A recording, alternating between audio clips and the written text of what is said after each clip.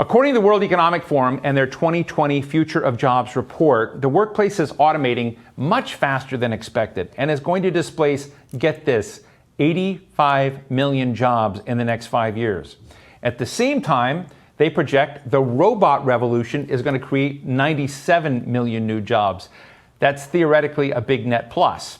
Our next guest is Saadia Zahidi, the Managing Director of the World Economic Forum and the author of this annual report. Saadia, great to see you. Thank you so much for joining us. You know, I've been a participant in the World Economic Forum now for decades and fascinated by the Fourth Industrial Revolution, fascinated by these changes. But, you know, part of this is not just jobs and job training. It's also about the social contract that people have with the workplace, with the government. And I'd just love to learn, as you kind of anticipate this future transition, how do we need to look at that social contract to help people get from A to B? Dave, great to see you. Thank you for having me. I think there are many components to that social contract, but maybe let me just say another word or two on the trends that we're finding, and particularly for this conversation, I think maybe bringing sort of the global nature of those trends could be quite helpful. This is not a challenge in the United States alone. This is a concern around the world, but the nature of the social contract in different economies ends up determining how fast we solve for this challenge. So one quick word on what has happened recently. We had for some time, for a good 4 or 5 years, been tracking the trends from the Fourth Industrial Revolution and what automation was doing to the workplace. What has happened now is, of course, this double disruption. With the pandemic and the pandemic-induced recession, we're now seeing much faster acceleration of integration of technologies into the workplace. And at the same time, we are seeing a far, far less dynamic labor market than we've seen in the last decade. So those two things combined have made it absolutely imperative that this sort of reskilling revolution that all of your other panelists have been talking about actually happens, and that there needs to be a more direct focus and investment on job creation, particularly jobs of tomorrow. So what does that look like in terms of what needs to be done by different stakeholders? One element is that there is a business case for training. So we found that for 2 out of 3 employers, they can expect a return on investment from fairly basic reskilling within 1 year. And it is absolutely worth it for most employers to provide some of that reskilling and upskilling. And depending on where you are in the world, it usually is far cheaper to reskill and redeploy workers than to go down the route of layoffs. So that's one key piece. A second element is that there will need to be much greater public policy and perhaps a government intervention in the labor market to provide some of that reskilling and redeployment. There need to be the right kinds of networks, the job centers, the common skills, language, and taxonomies to make all of this work. And third, there needs to be some further reform of education and lifelong learning systems so that we're not trying to do this in a single shot and hoping that this one-time reskilling and upskilling will get us to this future, but actually we put in place the systems that are needed for doing this on a constant basis, because this acceleration of technology is here to stay.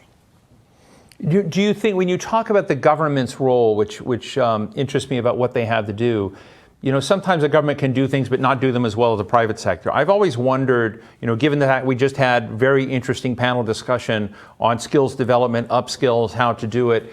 And also, you know, you made the comment that it's in the interests of companies to do this.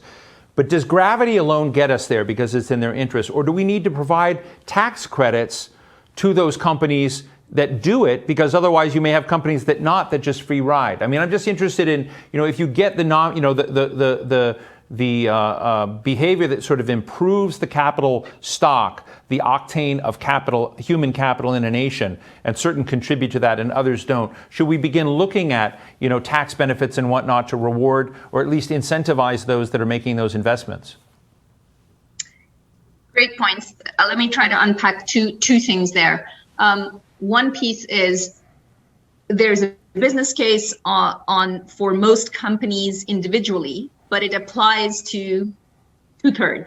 It does not apply to everybody. And so there may need to indeed be incentives provided by governments that support that other 1/3 that don't necessarily see a business case, that don't necessarily see those returns, but for whom, by changing the math, it might actually make sense and get the right kind of ROI so that they continue to invest in reskilling, upskilling, and redeployment of those workers rather than going for a different route. So that's one element. Right. The second piece there is on the government side.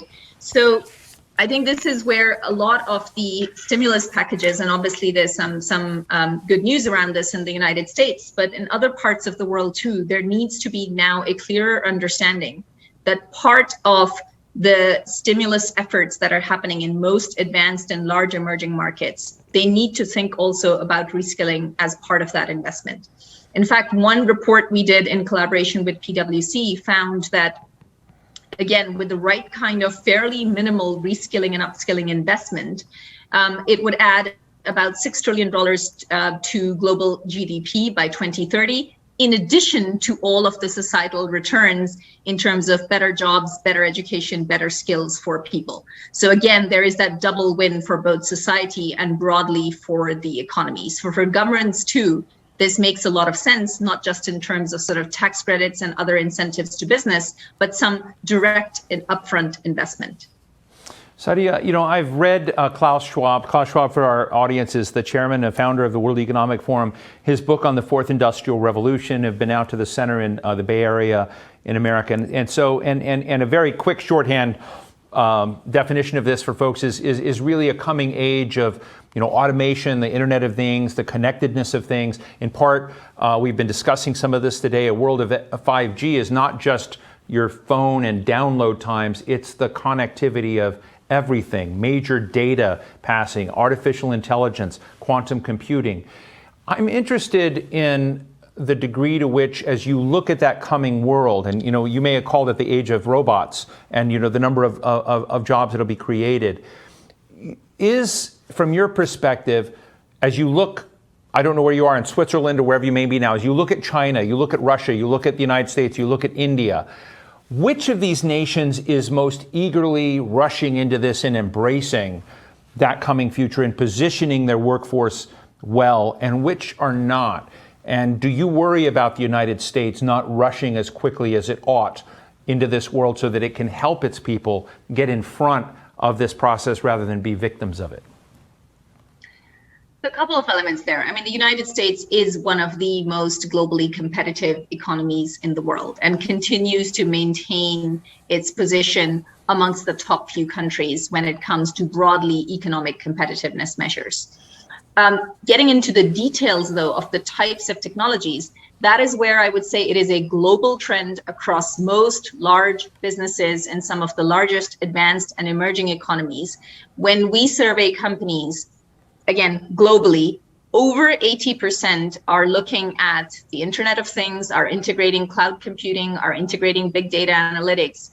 And even for some of the more under development technologies, such as cloud computing, that's more than 30% of companies globally that are planning to integrate that technology. And the consequences are that not only is there a much more rapid incursion of machines into what were previously human tasks in traditional areas such as information and data processing, we know those are areas where machines and algorithms can take over. What's surprising is how much reasoning and decision making, how much coordinating and developing and managing and advising, and how much communicating and interacting, all the very human traits, how quickly those are being automated.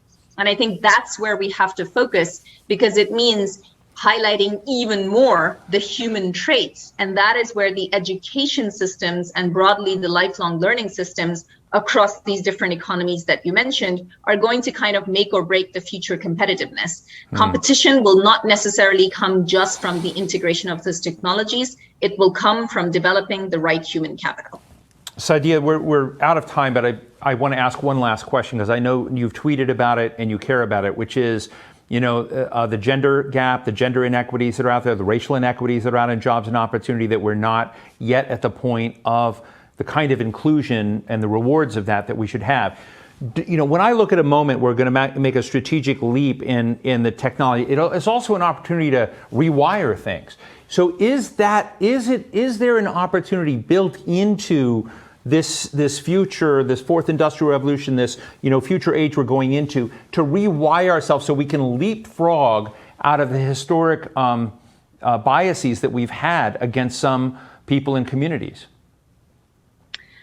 Let me share. I think the challenges are very clear. So we've all seen that this pandemic and the pandemic-induced recession has had perhaps a far more negative impact on women. It has obviously shown a very negative impact on minorities. A lot of our data shows that there's a lot more sort of stress and concern around the dual burden of care and of working for both minorities and for women. So the challenges are clear.